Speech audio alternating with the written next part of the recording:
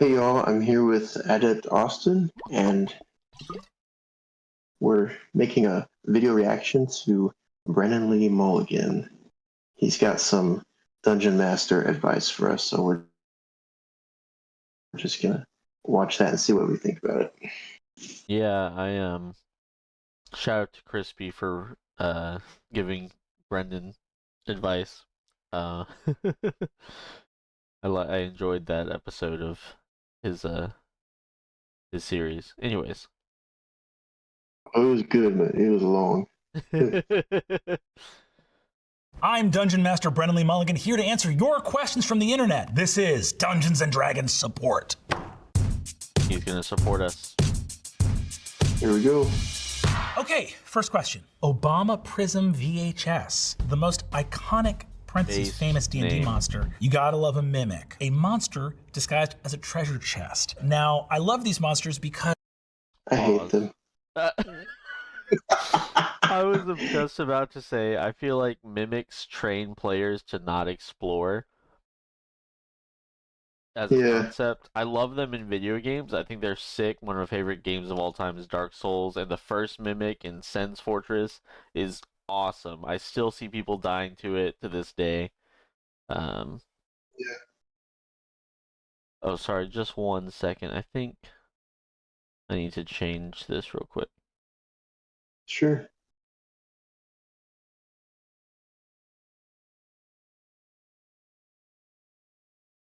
There we go. Okay. Sorry, I think it was recording my voice double there. Alright, that should be fixed. But yeah, mimics. I don't disagree that it's iconic. But yeah, I hate them. They are iconic, one of the most iconic D&D monsters, but yeah, it's funny one time, if it even is funny the first time, and then you can't really. It's tough for roleplay, because whenever there's like something that you think is a mimic, or when you're like, oh, are there mimics? It's like the first time, there's absolutely no way you're gonna know, because like I don't think mimics are supposed to be. Maybe they are supposed to be known in your world, but I know the first time I came up against a mimic in my D&D escapades, I knew for sure. I was like, this was a random chest in this ominous blank room. I was like, oh, I checked this, blah blah blah blah blah blah blah, and none of it works because the way mimics are written in D&D is dumb. But and then I'm like, and then I opened the chest, to which I immediately like, wait a minute, no, no, no, no, I stabbed the chest, but it's too late. I already said I was gonna open it, you know? Yeah, they're just like a gotcha monster. Okay, all right. Anyway, so I don't disagree with Brendan, though. They are iconic. They only make sense in a world where so many people are going into haunted dungeons that entire strains of monsters can evolve just to eat adventurers. Think about how rare of a food source an adventurer is on Earth, and think about the fact that there's so many monsters out here being like, if I disguise myself as a treasure chest, at least one person a week is going to open me and I'm going to eat them. I would say my favorite. Pause. No, I think that it's. I mean, I don't like to get all like scientific about the ecology of the world for every single monster in my games, but I also don't think that it would have to be very common for adventurers to be like dungeon delving, because there are plenty of creatures in real life that only eat very rarely. Usually they're like plants or like carnivorous plants, right? Yeah. It is what it is. D&D monster. Yeah, I'm fine with it, even if it's a little silly. I don't care. The owl bear. Based, I guess. I don't know. I don't really care. Hoot Growl, the mascot of the Eggford Adventuring Academy, and our favorite monster over at Dimension 20. Why would you mix an owl and a bear together? Bears are more dangerous than owls. Just have a regular bear. But no, That's because there's no bear-sized owls. If you came across a bear-sized owl, oh my god, dude. Oh my god. Could you imagine? I mean, have you seen an owl go like catch a rat? Now imagine it was bear-sized and it was coming to catch you.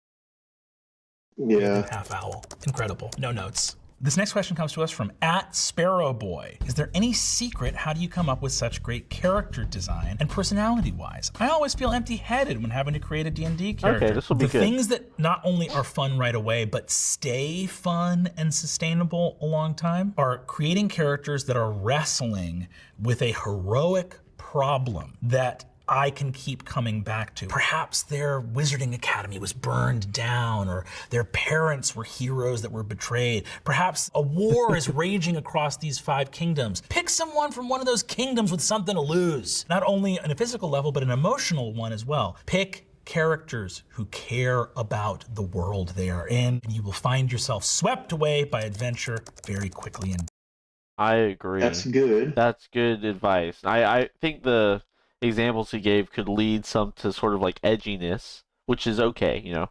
A little bit of edginess is fine. Yeah.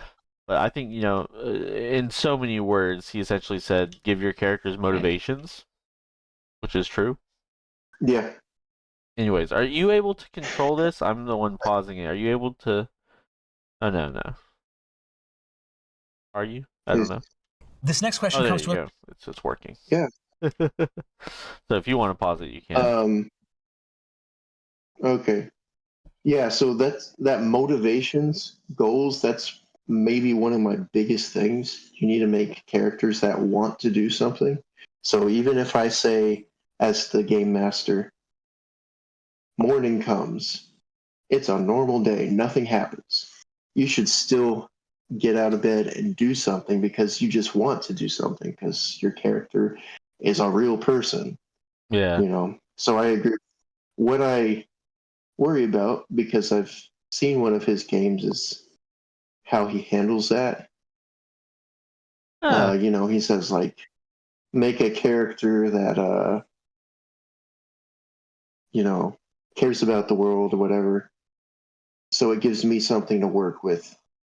That phrase gives me something to work with. That's what makes me worry. Is it? I wonder if it's more like I kind of, as the GM, take your backstory and stick it into my railroad and force you to care about my railroad because your backstory is now in it. Yeah, And I think true. that's what a lot of dungeon masters do.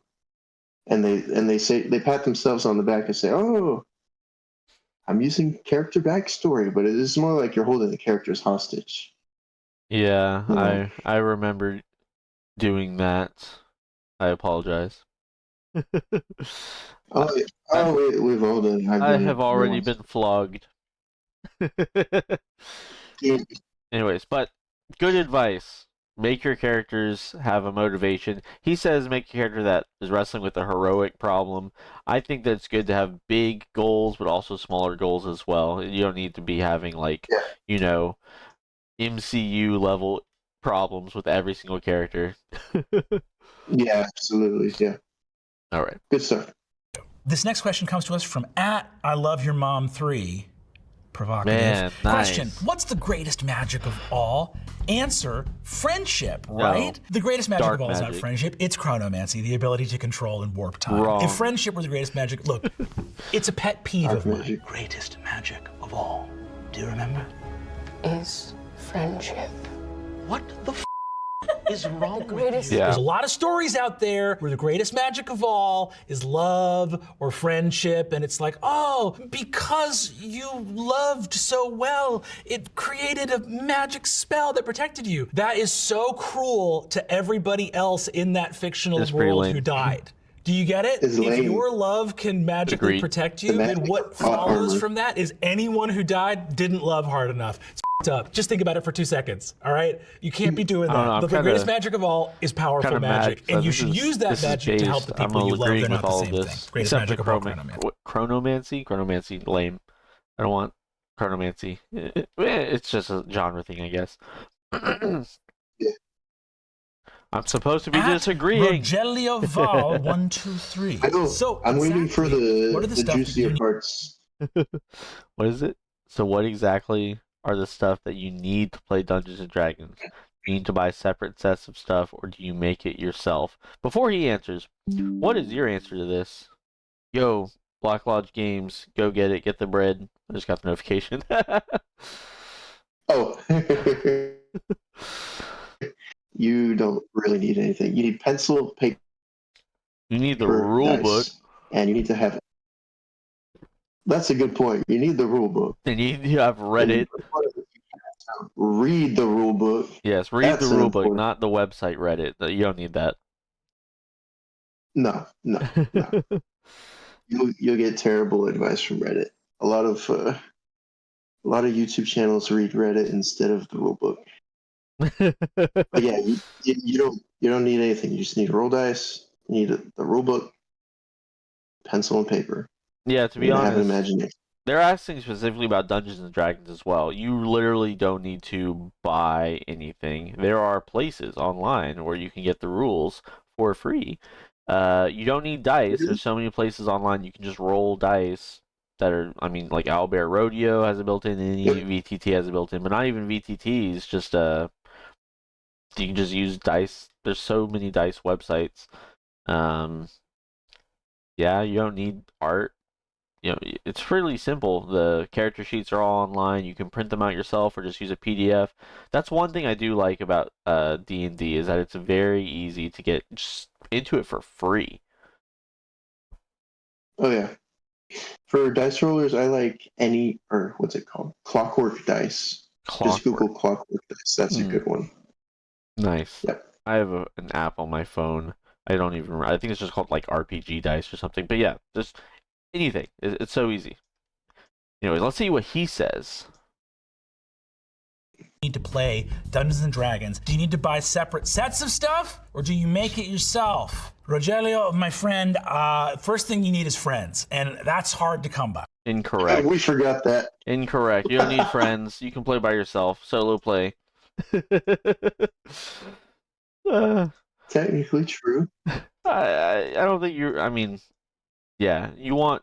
Also, though, friends are like it's good to play with people you are already friends with. Makes it easy to have a smooth game. Especially for your first time. I think that's the best way to do it. Is find a friend who wants to play with you, but eventually you're gonna probably move on to playing with other people who are not your friends already, but they love whatever game you want to play, and so you're gonna start playing with them, either because your other friends don't like that game, or your friends want a different style, or maybe you'll keep playing with your friends. But I think it's very common in many hobbies to start doing it with your friends and then kind of branch off and make friends in that hobby. And that's okay. Yeah, I'm so glad you mentioned that. And I was going to start talking about it, but I realized I probably need to make a whole video about that. Oh, sorry. You don't always stay with your friends for 15 years or whatever. You should play at a table where people want the things that you want. But yeah, anyway. Unless you want to steal, then don't do that. All right. But he is, I guess, technically correct. You need someone to play with, unless you're solo role-playing. I gotta tell you, the hustle needed to get 6 people to clear a Wednesday night is the stuff of legend. The rules of the game are contained. Yeah. Now, I wonder if he's including himself. Either way, I think a lot of his games have 6 players. That's too much. I mean, especially in like D&D.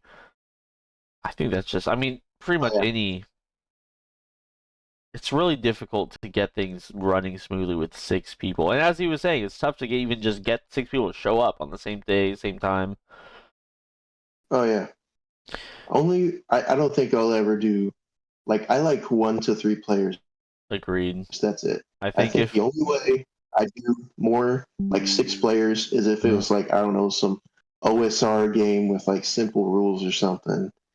But I don't know if I'd even want to play that kind of game with that many players. I don't know. Yeah, I think 4 is my absolute really pushing the limit.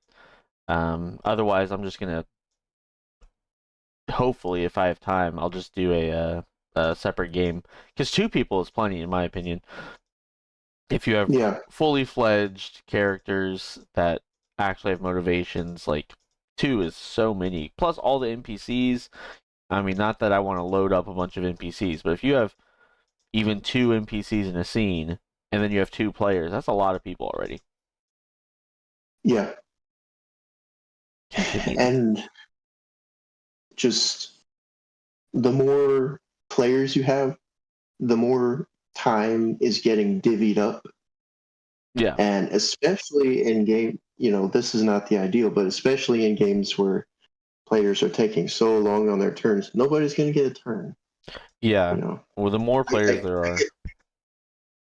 I guess that's not as much a point for me because you know, we have faster turns, but still, I don't know. You just have to think to yourself that every player you're adding is divvying up the time more. Yeah. And I would say mostly, like, if you're adding players, you as a game master have to realize that that time shouldn't really come from the other players. That should come from you. You need to be talking less because there's more players. There's going to be more interactions between them. So obviously that means that you as the game master are going to be playing the game less. Absolutely, absolutely. All right.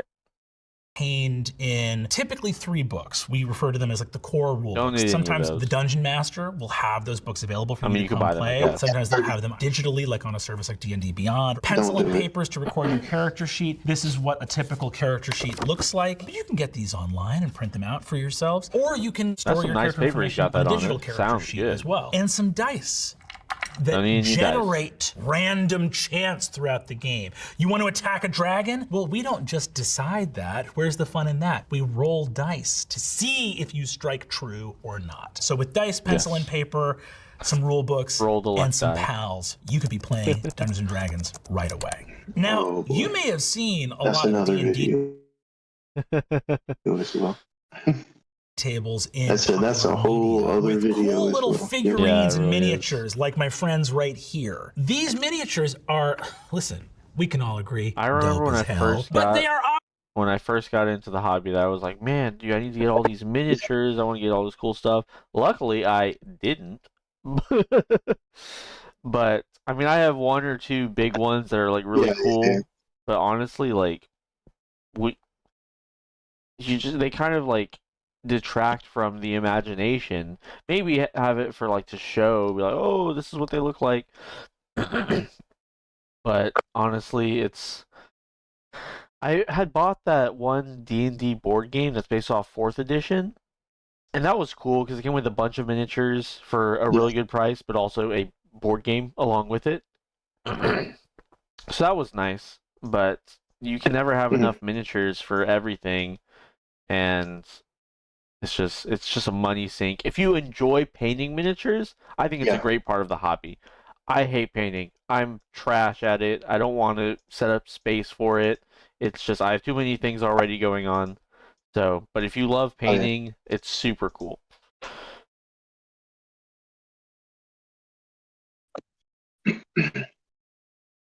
You're frozen on my end.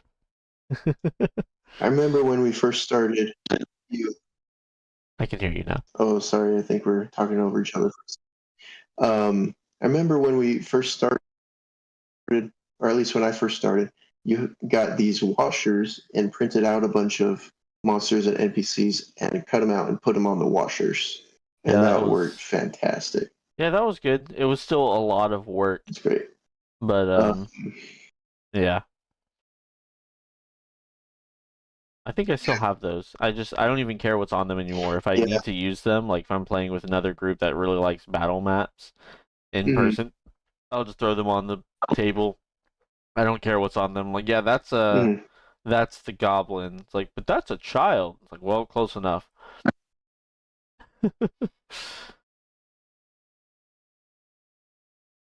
All right. Same thing.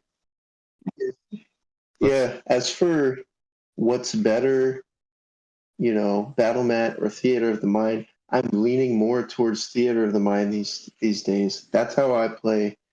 I might, try some more Battle Mats and minis in the future to see if it, gels with a 4D or immersive style.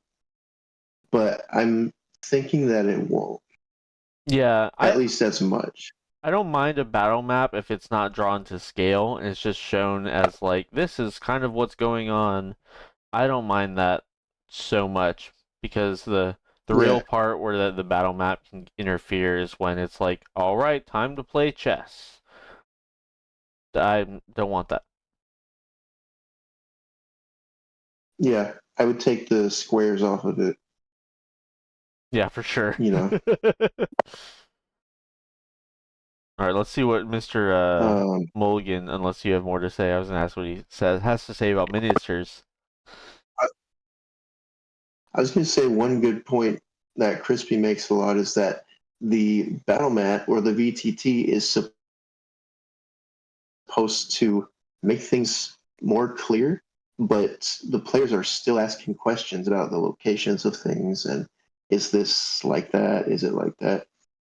So I don't know. I still want to try it and see like if it works with better players, you know, Mhm. if it's just a player thing. But that is at least a valid criticism to consider, you know. Yeah, and I mean, But yeah, let's see what he says. all right, let's see what he says.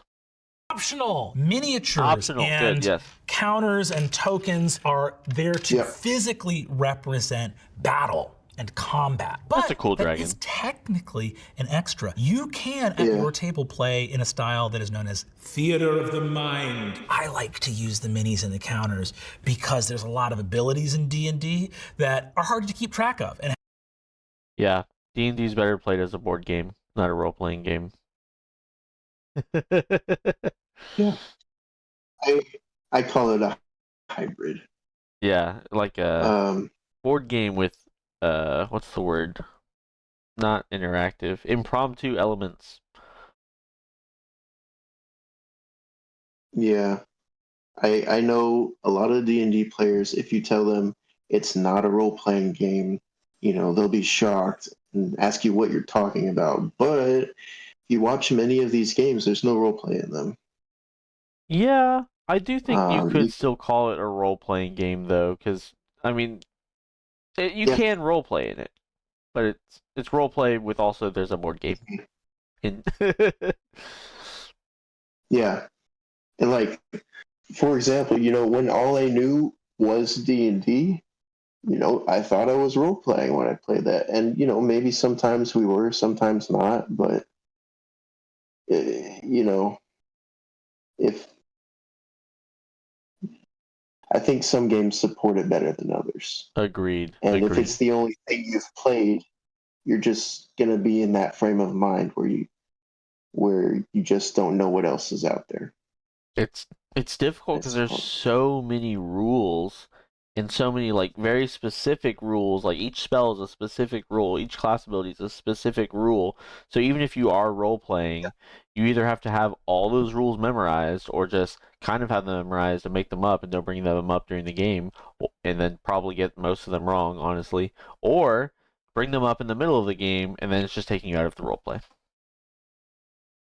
Yeah. Yeah, you hit the nail on the head with that. Anyways, Mr. Mulligan. Am I saying is yeah, Mulligan, yeah. having a battlefield Yeah. set out, I think, is worthwhile so that if someone casts a fireball, with one quick glance of my eyes, I know exactly how many enemies just blew up. But do you really? That's a good point. Do you really know how many? That's a better point. Because you see so many times people take like 5 minutes to like draw out the square or draw a circle. Oh wait, it's a square. You're either You know. drawing a square with its corners cut off, or they're using a template and they're trying to move this template so they can get as many people as possible. And it's like my brother in Christ. This is supposed to be 6 seconds. Yeah. Not a turn-based video game. Yeah. Exactly. It's treated like a turn-based video game. You know. I almost don't want to tell people not to play D&D that way because that's kind of how it's written. It encourages you to like just play the most optimal way so you can win at combat. But that's kind of the antithesis to role play.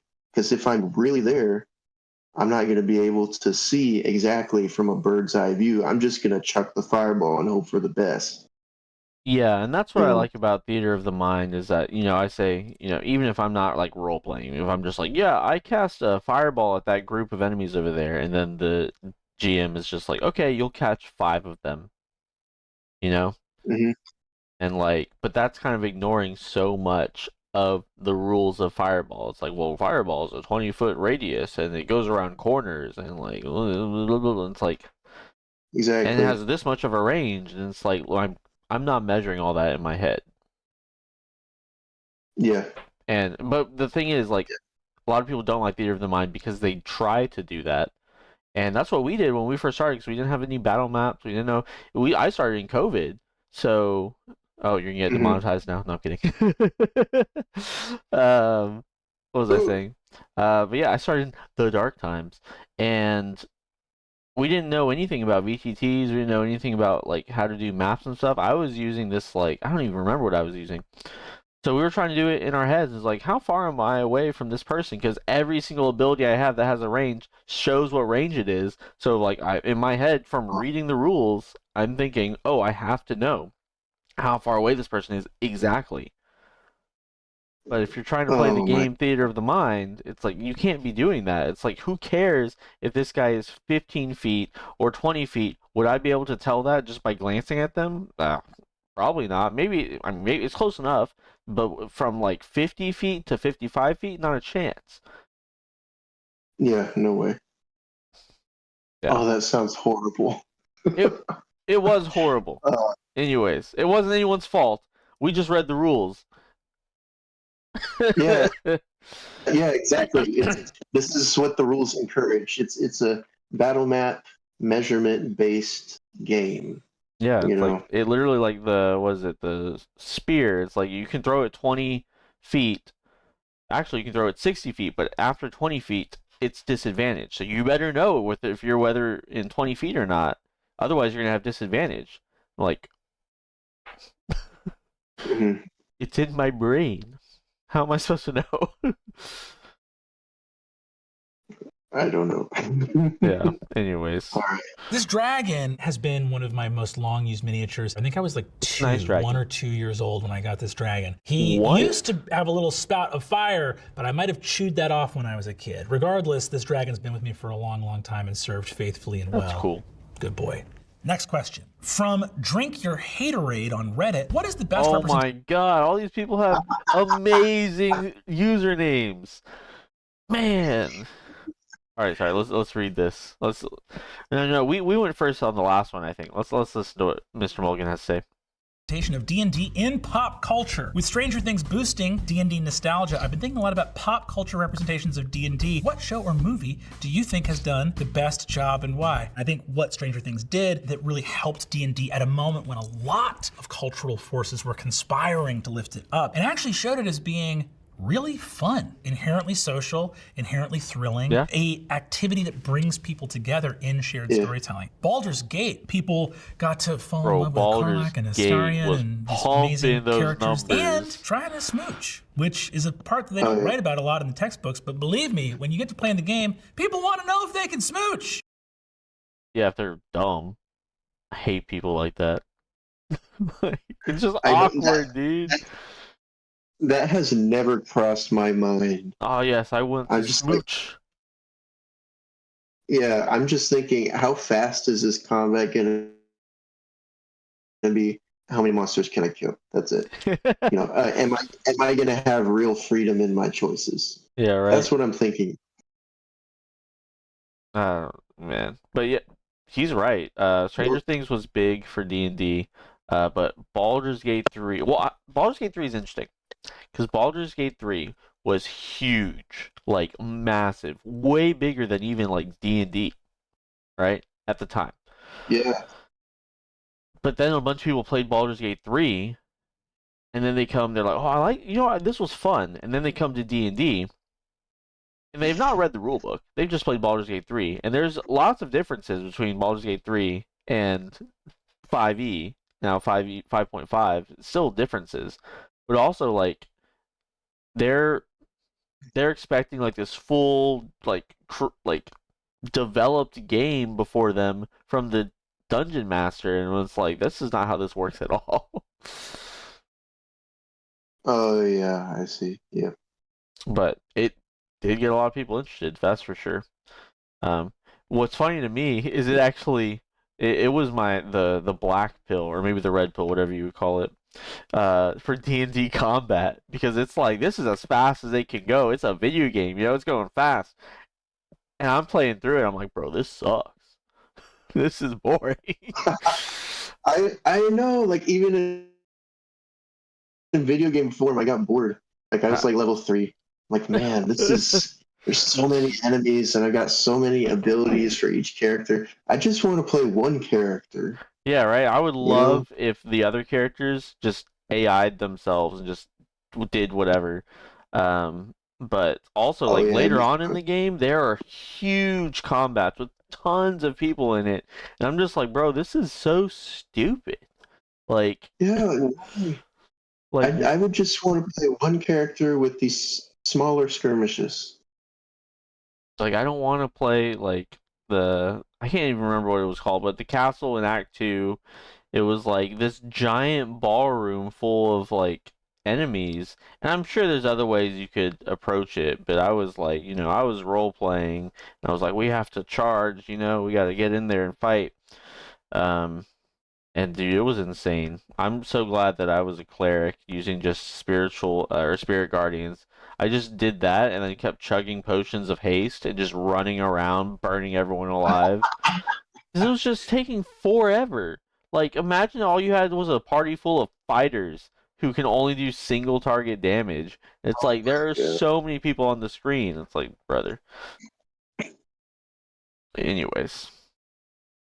And at my table, as long as all parties involved have talked about it at session 0 and everyone has their thumbs up across the board, if we're still going to be talking out about here smooching? slaying and smiting, why not add smooching into the mix? What's so wrong with a nice smooch? Because it's awkward. I tell you. There was also a D&D movie that came out recently that I think did a very good job. It had I still the never watched tone that. and tenor. The worlds of Dungeons and Dragons are these arcs. So I loved it at the time it came out. I was like 10 out of 10. If I saw it again now, I might not say that. I still have to watch But it. I don't know. Like I knew there was cringe stuff about it, but I was just so happy there was a D&D movie, you know. I heard someone It, say that bad movies are infinitely better if you just imagine them as a D&D story, like campaign. I mean, like, oh, this is the yeah. one player doing this is the other player doing this. And it's funny because they were describing it that way, and Hmm. it like points out the issues of a story where the characters are not characters, they're plot devices. Because Yeah, they're not that's acting like a exactly. character. They're acting like a player controlling the character to do things just that they want to do. And they were talking about which one was it? The Suicide Squad. I think it was the older one that was really really bad, as opposed to the Suicide Squad, which I've not watched. But they were describing it as like D&D, and it was like, this makes so much sense and could be entertaining if I'm Wow. watching a trashy movie. But yeah. Hmm. Wow, that is a good illustration, and I'm so glad you said it because many people say, I advocate for like no predetermined storyline. I'm just I run games that are character driven. And a lot of people say, well, if there's no story, if it's just a sandbox, nothing will happen. Players will get bored. There's no direction. But it seems to be kind of the opposite. If you have characters that are like real characters, then you get a good story or a good movie. And if you get characters that are just there to be plot devices, just to follow a plot or to like make the plot work, then you get Suicide Squad, Yeah, that's true. Characters need to be characters, not plot devices. I want a t-shirt. right? I've been thinking. I've been thinking of this for a while. I want to get a T-shirt that has Shauner's face on it, and it says, "Where are you? What do you do?" That's pretty funny.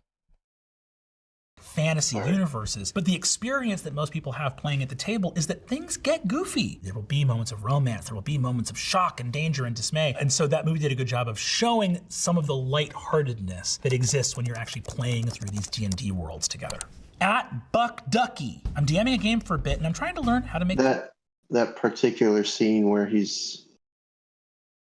set up like I forget what the spell is, like an illusion spell where he's distracting the guards with his loot, and then the spell starts failing. It was pretty annoying. Because he starts like singing the same line over and over, like a broken record, and like he's melting, the illusion's melting. I don't know. It was just cringe. Interesting. A female voice for an I'm very bad with voices. I think that it's a mistake to try to like pitch up your voice for playing female characters. As a dungeon master, I have to play every different kind of person because I'm playing everybody in the world that my players are going through. Someone told me recently that the characters that I make sound like me, meaning when I voice the character, I just use my regular voice, are women and bad guys. That's something I should unpack with a professional. I don't know why that is, but that's who gets my real voice. I just use my regular voice when I'm playing women. Unless there's like a regional accent or they're older, you know, like if I'm playing the Baba Yagas. Did someone say a little bit of piss? Ancient folkloric Russian witch. Where's my pen? You do the voice for the character. I don't think you need to do like a stereotypical woman voice. So, in defense of voices, voices for players, I don't think they need them. If they want to do them, that's fine. But for game masters, if there's a scene that has multiple NPCs, it can be very useful to have different voices for each NPC.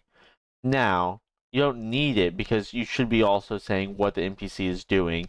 So it's like, you know, the soldier kneels down and checks the pulse of his comrade before saying, and then you say something, right? You don't have to use a voice. They know the soldier's talking, right? But if it's just like, if it's a scene that doesn't have very much movement for whatever reason, then it can help differentiate from different NPCs for the game master. So I will say that in defense of voices. Absolutely. And I think they can help immersion as well if they're done right, but absolutely not necessary. Yeah, not necessary. I think when I play and when I game master, I kind of go into them sometimes without thinking about it. I don't think I'm very good at them at all. I'm awful. But yeah. Dang, yeah. that was a bit too quick. I didn't even think about that when I said it. I was like, yeah. My bad. But if you do decide to use voices, don't do what I've done in the past and kind of like start in a voice and get nervous and just kind of go back to your normal speaking voice.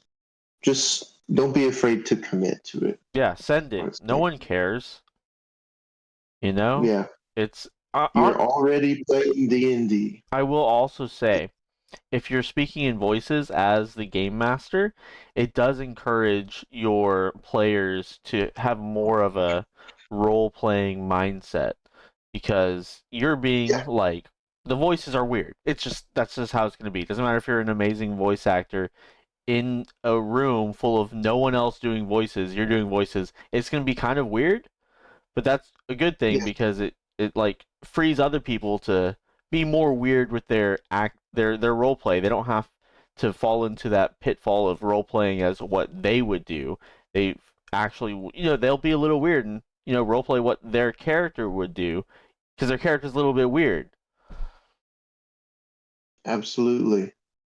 So on the other side of that coin, if maybe you're a player and you're being very boisterous with your voice, acting up, maybe you're even in costume, and nobody else is doing that, read the room, kind of take a cue from the room, and, don't be cringe. That's true. I think it's definitely something where the game master can set the tone And this should be talked about Yeah. in session 0. Yes, exactly.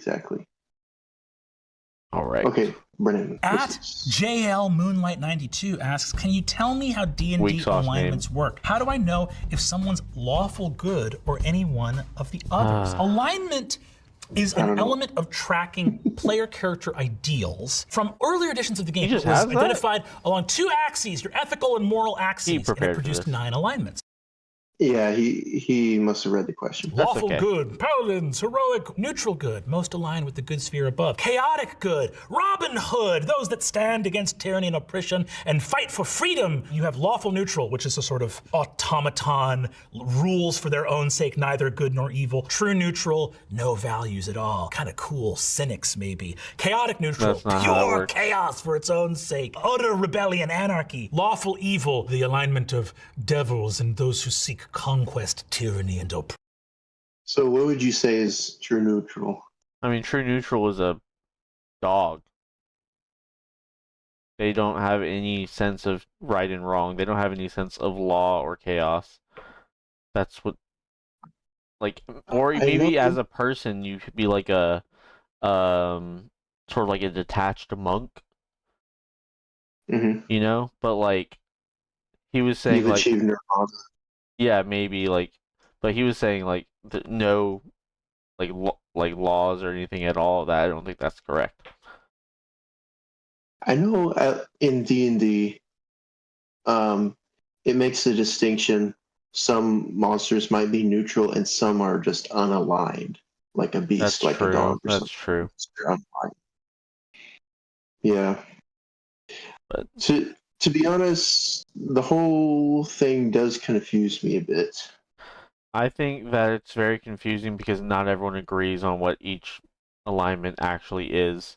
I think that they're not bad in terms of just like, oh yeah, this is a very quick glance at how my character believes, how they should act. The problem is nobody really takes them seriously. They just act in the most optimal way at the moment. Like, people make fun of the lawful, stupid paladin who throws the party into disarray because the rogue wants to, like, steal something, right?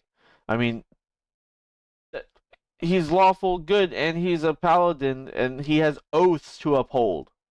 Like, dude, is it easier to just go and steal this thing? Yeah. Is it easier and faster to go just kill this guy? Yeah. But he has an oath. Like, it's not like he just spawned in. I mean, in their game, he probably just spawned in. But it's not like the character just spawned in and was like, all right, I have all these powers from this oath that I've never lived with because I just, I'm level 1 or whatever, right? So it's like, no. I mean, the Paladin and the Warlock are the best classes in D&D because they tie you in to the world. That's why they're so popular. Yeah. Absolutely. And it's a shame more people don't play Paladin well. Trill has a very good video on Paladins. Just watch. I think whatever you Trill shared says that about one with me. Yeah, it's pretty good. Yeah. Anyways, yeah. Let's see I can't remember which alignment he was on. Oppression. Neutral evil, pure cruelty and oblivion. Chaotic evil, slaughter, rampage, ruin, sort of violence of the demonic realms. Those 9 alignments. Those last 2 kind of sounded the same to me. I didn't catch the one before this. The neutral evil was like, let me just rewind it a little bit. Let's see. For its own sake. Utter rebellion, anarchy, lawful evil, the alignment of devils and those who seek conquest, tyranny, and oppression. Neutral evil, pure cruelty and oblivion. Chaotic evil, slaughter, rampage, ruin, sort of violence of the demonic realms. Those 9 alignments, people love them because I don't... Could I explain that better? Yeah, I think that, I mean, it kind of devolves, like, the whole, like, I guess the mind or the structure kind of devolves when you get to neutral evil and chaotic evil, because I don't know. It's just like, Yeah. There's probably the least distinction between those two. Yeah. yeah, chaotic neutral is insane, and I hate people that just use it to be stupid. That is a meme that is true. Chaotic stupid, that or whatever they call whatever the meme is, that's very true. People just choose that because they don't want to be good, because being good is lame. It have to be morally ambiguous. But I also don't want to be lawful because I don't want to follow the rules. So I'm gonna be chaotic neutral, but I don't want to be evil because I'm still kind of a good guy. And it's like, dude, this is not an interesting Yeah. character. Yeah, I hate those, honestly.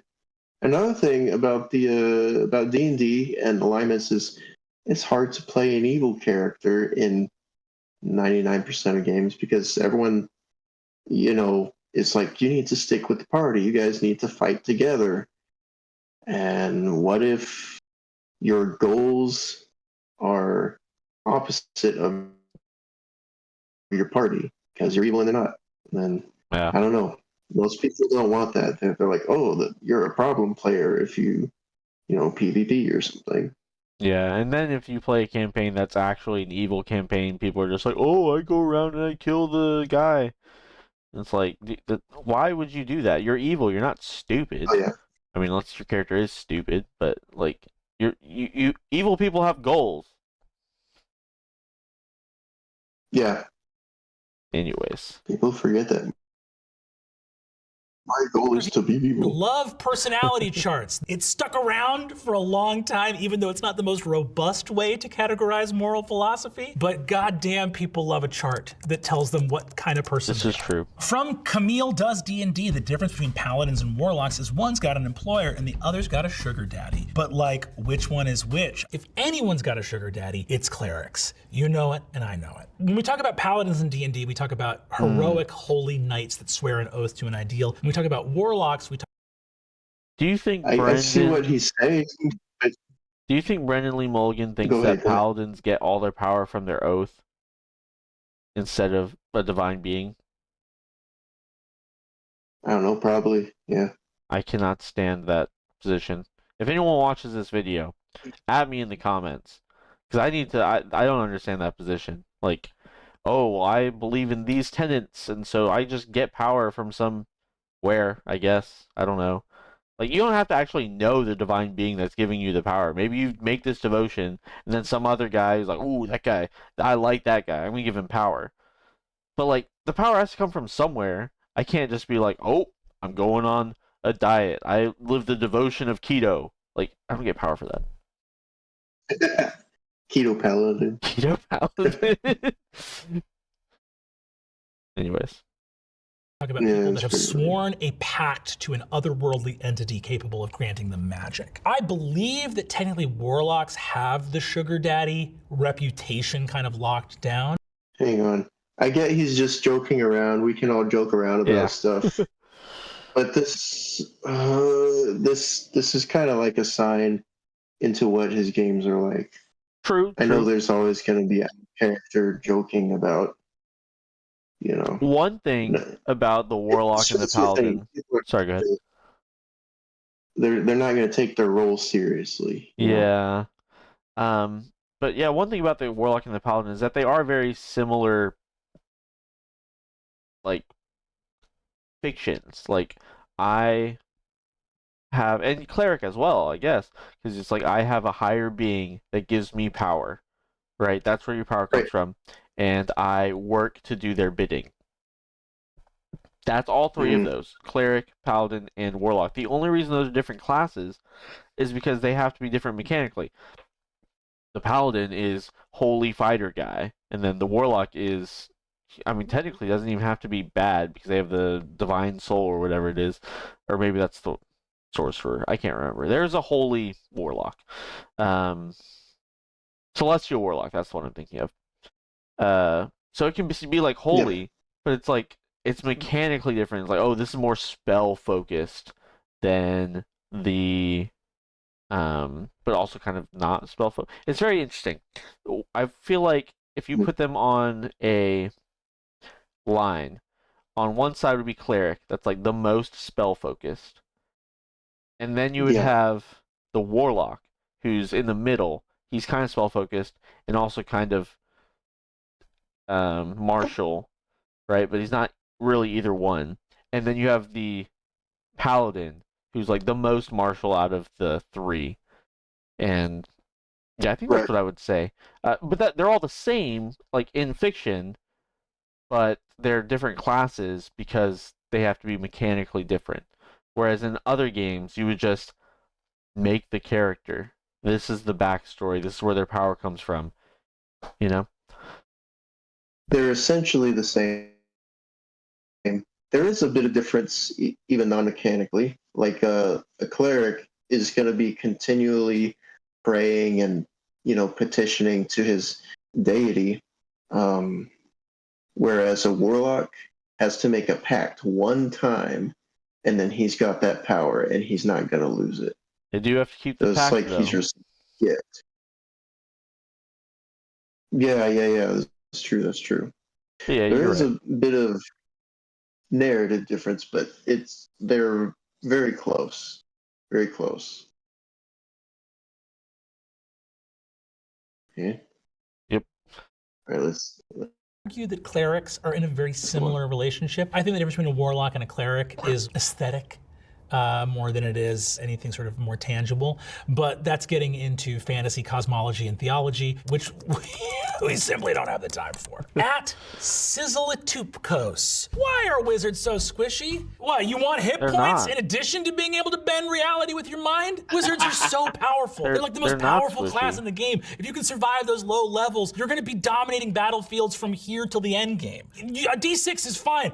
I come from 3.5, where they had D4 Yeah, hit points, and I think we should go yeah. back to that. I think they got it too easy as it is now. D6 hit dice. They should be squishy. Stay on the back line. Let your Yeah. Wizards in 5e are not squishy. They should be squishy. shield spell, Shield. especially Blade Singer. Oh my gosh. Yeah. The Blade Singer where it's like, oh boy, I'm gonna go and be a marshal now. I'm tired of being a marshal. I'm a wizard. Like, brother. Yeah. barbarian have some Do you fun. want to go ahead and just do like one more or so? I know Yeah, we didn't get very far, but it's getting later. it is getting kind of late. Let's do one more. This next question comes to us from Nui Ren. Among things I don't know, and I'm at this point kind of afraid to ask, don't be afraid. How many sets of dice do D&D players have, and why? Do you have separate sets for different characters or for different Okay, this is a quests? lame one Just to because end they on. We look can't cool. stop on They this look one. cool, my friend. Yeah. Why not have as many as you can? We can I have skip an sports enormous I don't- pouch I of don't know dice. how This much is there is. filled. As you play the game longer, it actually is the letter. It's sort of next 2 dice, you produce a number. So there's a lot of cool. You love the D6. This I always hate to see, Wow, but he's you have really to do it. going It on scares about your these PCs. dice. It's great. It's a G player. Pointing up, fall on the floor, like the hands with these up pointed Wow. dice on that list. I'm sorry to say. Wow, Question that here was- from wow. at Memeslich: should dungeon masters stop fudging Yes, dice rolls never fudge in your Dungeons and dice. Dragons? Ever, ever, ever, ever. Fudging is cheating. I almost don't want to listen to what he has to say. Okay, let's Dragons. see. Fudging a die roll is something that a dungeon master can do with the aid of this No, handy he little can't. It's screen. cheating. It's called a dungeon master screen. You put that up at the table, and all of a sudden, what am I up to back here? This screen enables you to Cheating. do really fun stuff like this, where you go, okay, the monster's going to attack. Oh no. If you were to see that I rolled a 2 and still hit you, that might prompt you to be like, we need to run away from this battle right now. There's a lot of stuff that is reasonable to stay hidden behind a DM Maybe you should screen. A DM hides describe- their stat block. Maybe you should describe to your players just what they're fighting visually, because like I don't have to know how skilled a swordsman is. I can see that. Like I don't have to know what they're rolling. I'm like, oh wow, this guy is really strong. Like he's very skilled. I don't have to be playing. I don't have to know what someone rolls to shoot a basketball into a hoop. I can see them do it and be like, wow, that guy is skilled. I don't like. I can just see that. I can figure that out. I don't need to be able to see the die. Yeah. So like, ugh. box behind here. I usually make it a little homebrew index card with all the players' like game stats on it. But there is then a temptation for some DMs to fudge die rolls. Typically, this is done to spare the player characters from a terrible fate. Yeah, don't do that. You're attacking your PC, it's the last one standing, and they've got 10 hit points left, and you roll that monster attack roll. Oh, it's a nat 20, they're about to do double damage. This is about to be the end of the campaign. Die. Maybe they didn't roll a nat 20. Yes, they did. Maybe you could say that. Why does the campaign have to keep going? Do you have a story written for it? Do you have a pre-written railroad that they have to keep going, and if they die here, it all blows up? Good God, man. Like, I'm trying to think if I ever fudged dice. I really don't think I ever did. I don't know if I did. I don't think I ever did. Even like if I rolled an nat 20, I'm like, well, this sucks. Like, and most of the time that I was playing, I was rolling out in the open. There was a very short amount of time where I was rolling in like behind the screen. I just got kind of tired of it. I was like, I'm just gonna roll over there or whatever. Yeah. So why are you even rolling? Yeah, it's like, why are you gonna roll if you're not gonna respect the roll? Yeah. Also, there's a distinction I think that needs to be made for fudging. If I designed a D&D monster myself, and I'm kind of experienced, but I'm stubborn and I always want to design it myself. That's how I am. And midway through the combat, I realized I gave this thing twice as many hit points as it should have. I'm going to adjust that. I wouldn't consider that as much fudging as just fixing my problem. I think that's different than I don't want the players to die, so I'm going to change this die roll. I can agree with that because, I mean, let's be honest, unless you're, I mean, even the official content, most of the monsters have too much HP. And so fixing that beforehand, you know, that's one thing. And then fixing it, maybe you're running the combat and you realize, oh, I forgot to have their HP or whatever. I'm just gonna do it now. Like, it doesn't actually change how the combat's going. Like, it's not like you change what the character did to this monster. Like, they still did the damage, right? So, I agree. Balancing the encounter kind of on the fly is something that I would not put under fudging. Unless, of course, it's just, like, way out of left field. Like, maybe you're fighting a dragon and you use its breath attack, right? In D&D, you have to roll a 6 or is it 5 or 6? I can't remember. It doesn't matter. You have to roll a number on a D6 in order to get that breath attack back. And then you're like, you know what? This fight's too easy. I'm going to actually make it so that it's going to recharge on a 4, 5, or 6. And then you roll the thing. You've effectively fudged the dice. You know? Like, you've effectively said, well, I know that it was this much chance for this to happen, but I'm going to change that chance right now because I want it to be more likely. Like, what's to stop you from just being like, you know what, it's going to be from a 2, 3, 4, 5, or 6. Actually, you know what, he just gets the breath attack back. That, I would say, is not really, I would not agree with that.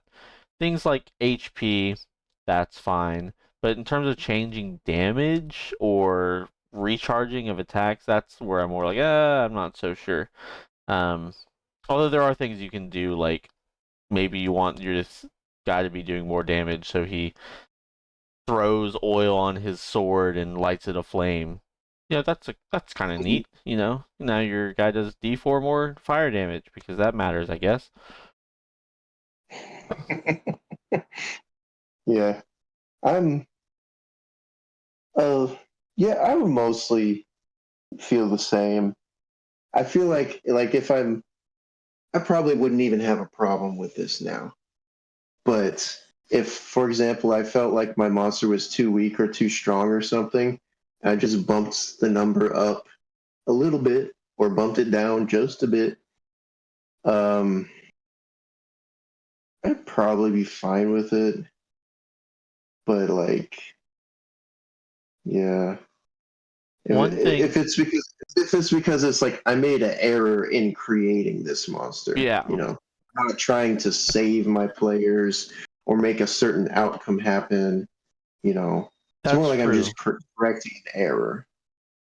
Yeah, like it's not going to be a That's true. Like, what are the motivation behind it? Is like, am I increasing the damage on this monster because I want it to be a more epic fight, or am I just increasing it because I realize, wait a minute, this is a CR 3 billion monster. It should be doing more damage.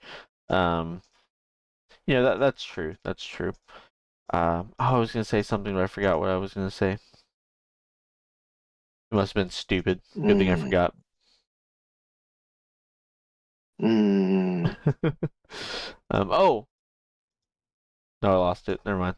Go ahead, Mr. Brennan Lee Mulligan. They rolled something else. That temptation is there for DMs that suddenly get a soft heart for their PCs. At Ride. No, that was it. Okay. We'll stop there. We're about a third way through this video. Actually, maybe now half because we skipped that other one. But yeah, fudging is just... You can't do that because it's cheating. It's just cheating. Like, and you're like, oh, well, the DM can do whatever they want. It's like, why are you rolling if you're just going to fudge it? Oh, I remember what I was going to say now. In D&D, and in games where you're running a lot of creatures or NPCs in combat, uh, I would say, and I love this optional rule in D&D, just do average damage every single time. It really doesn't matter if you're rolling a D8, if you're rolling a 1 or an 8 at the grand scheme of things. Just take the average. Mm-hmm. It's fine. And then that gives you even less like temptation to fudge. It's like, oh, I rolled an 8 and I know this person's kind of hurt, but I don't know quite how much HP they have. Hopefully you don't know how much HP they have. But maybe I should lower it. It's like, no, just do the average damage every single time. It makes it faster. It's good. It's awesome. I don't like D&D. I don't like playing D&D that much anymore. But if you play D&D, just average damage. It's so great for the GM. Yeah, absolutely. I've never done it because I always wanted to see what it was, but looking back, yeah, should have done that. Average damage. I was whenever I was running HP for monsters, this was a who was this? I watched someone. I think it was the DM layer. He said when he counts damage, he doesn't actually like subtract in every single time. He just puts a tally for each 10 damage that's done and he rounds. Okay? Tell me what you think about this. So if you do 6 or 5 or 6 damage, he just rounds up and puts a tally. All right? If you do 13 damage, he just rounds down and puts a tally. If you do 4 damage or less, he just doesn't write anything. All right? And once you reach, maybe it's a giant with 130 hit points, good God. So you need 13 tallies to kill this thing, right? He's just rounding. That way it's easier for counting. And it has the added benefit of not every single monster has the exact same amount of hit points. What do you think about that? That's fine. It's just another. If that helps you do it faster, more power to you. It's achieving the same effects as counting it out, basically. No one's, unless someone is metagaming and counting every point of damage and cross-referencing that number with the monster manual, you know, they're not gonna be like, "Oh, that was the wrong number." Yeah. You know, That's it's just another good tip. mathematically you're probably you might end up like 10 hit points too few or too many, and who cares? Yeah. You're basically going to end up at the same number. I mean, most of the time you're kind of hitting around that 10 area anyways in D&D with like your modifier and stuff, so whatever. Yeah, I'm fine with that. All right, well, we're not going to finish this video. Is there anything you want to say to finish it off? All right, anyone watching this, don't be cringe. Don't fudge your die rolls. I don't know if anyone is watching this, but thank you if you are. Yeah. There will be more video reactions in the future. Probably some better videos than this one, and we'll get better at doing it as well. I think that's all I've got to say. Yeah, no problem. We can maybe finish this video another time, but yeah, I was honestly surprised with how much I didn't necessarily disagree with him. Right. Yeah. I mean, I think Brendan is pretty sick. His clips I see, they're nice. I don't think his games are games I would enjoy, but he's very entertaining. He's really good with acting and improv and voices. I will say that. I think if he just let go of the reins of like the writing, his games would be phenomenal. I mean, because maybe if he talked a little bit less, he talked a lot in his in the one with Crispy. Yeah, and that's the most important thing is letting go of control. Because if you can't do that, in my opinion, the voice acting, the how animated you are, that stuff doesn't matter. Yeah, that's true. But yeah, But if he can let go of the reins, use all that skill with it, yeah, it'd be a great game. all right. Remember everyone to like and subscribe, bell, whatever. I don't know how YouTube works anymore. Give it all to Elf Hunter. If you really like it, you can subscribe twice, report the channel, whatever you like. All right. I'll see you guys. Y'all take care. Take care.